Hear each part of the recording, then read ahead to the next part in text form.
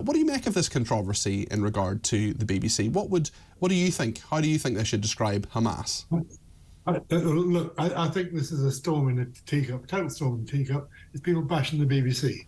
Let's start with some basic principles. Hamas was elected as a government of Gaza. Hamas are an elected government. Talking about Northern Ireland, when I was a BBC producer in Ireland on a general election programme, we had Martin McGuinness, who was then an elected MP. Previous to that, 20 years before, he'd been a terrorist in inverted commas. I refer to him as Mr. McGuinness. So was I right or was I wrong?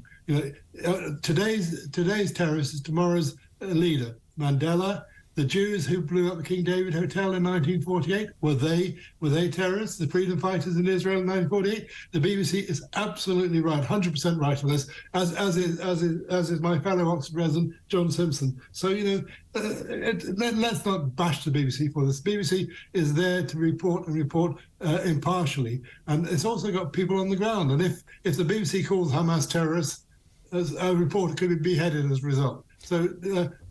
Move on to something else, because it's a false row. Okay, John, I completely disagree with everything you said. Was what happened in the Manchester Arena terrorism? Yes, it was. I mean, so we can call them terrorists, but we can't call people who are beheading babies terrorists. Well, we didn't know who did the Manchester Arena, did we?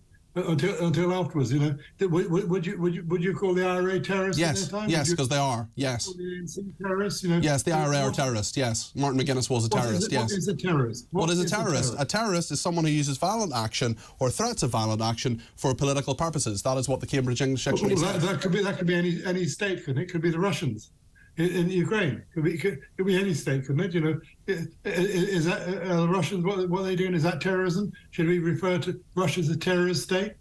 I'm very happy to. I mean, certainly I think Vladimir Putin is a mad, murderous dictator who's a horrible person. If you want to call him a terrorist, that's fair enough. So really, you think that Hamas, who behead babies, rape women, and are bombing the hell out of Israel, are not terrorists? Is that what you're saying? I think well, they're an elected government. I think what they're doing is absolutely dreadful. And it should be called out for being absolutely dreadful. But they're not people. They're not, according to you, people who use violent action or threats of violent action for political purposes. Is that correct? Well, they are, but they're so they're terrorists then. So you disagree with the Cambridge English Dictionary? The dictionary's wrong.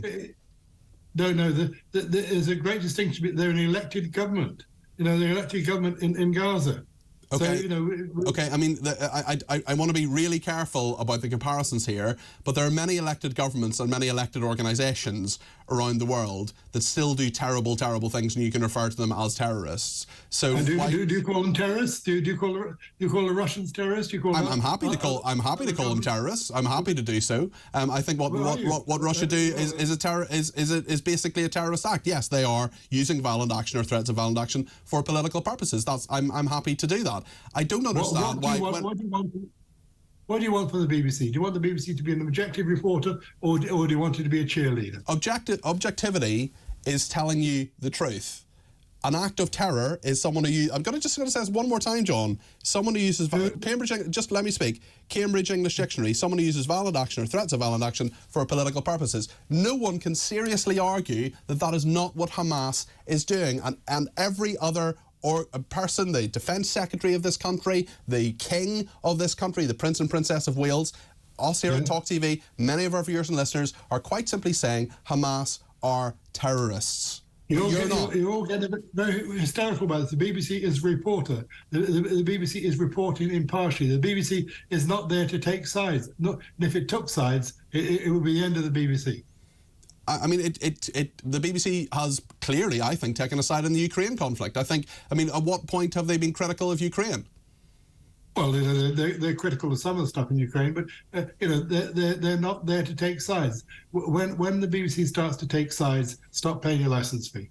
Okay, what about the BBC's actions over apartheid? They were very much against apartheid over the years. They were, and they're very, very much against racism. How would they have reported Nelson Mandela in the 1960s? Would they have called him a terrorist? Well, I doubt it. Or a freedom fighter. Apartheid is wrong, and I don't think anybody would say it wasn't. But killing babies, raping women, and bombing the hell out of Israel isn't the same thing as terrorism. We can't take our side against that because we've got to be impartial about that.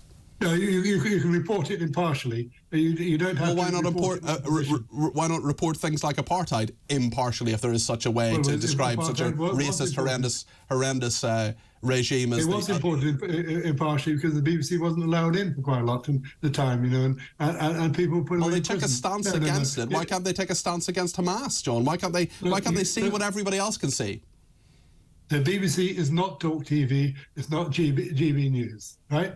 I'm not saying it is, but I'm saying that, John, if you'll just let me speak for a second, the BBC has taken a stance on numerous issues. It took a stance on apartheid. I would argue it's taken a stance on Ukraine. Why can't it just say that Hamas are terrorists? Because the BBC is an impartial broadcaster. But it's not. It's not an impartial broadcaster. What's that? It's not an impartial broadcaster. You're not an impartial broadcaster. I'm not saying I am. I'm saying that we work within Ofcom. We work within Ofcom, and I am able to express my opinion because that is the nature of this station within Ofcom. We're talking about the BBC here, and you're saying that it's impartial, but you're giving me examples about how it isn't on apartheid. I believe on Ukraine, possibly climate as well. There are many ways where it has taken a stance.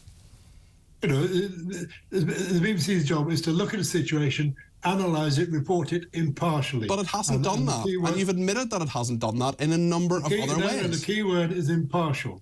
You know, impartiality or due impartiality. When the BBC loses that, then the BBC is dead. So due impartiality is looking at something, calling it what it is, and you are essentially arguing, John, don't let me put words in your mouth, but you're essentially arguing that what Hamas is doing is not terrorism.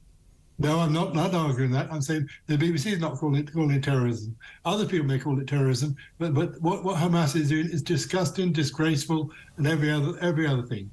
But you know, it's not for the BBC to call them terrorists. They're an elected government. I say it again.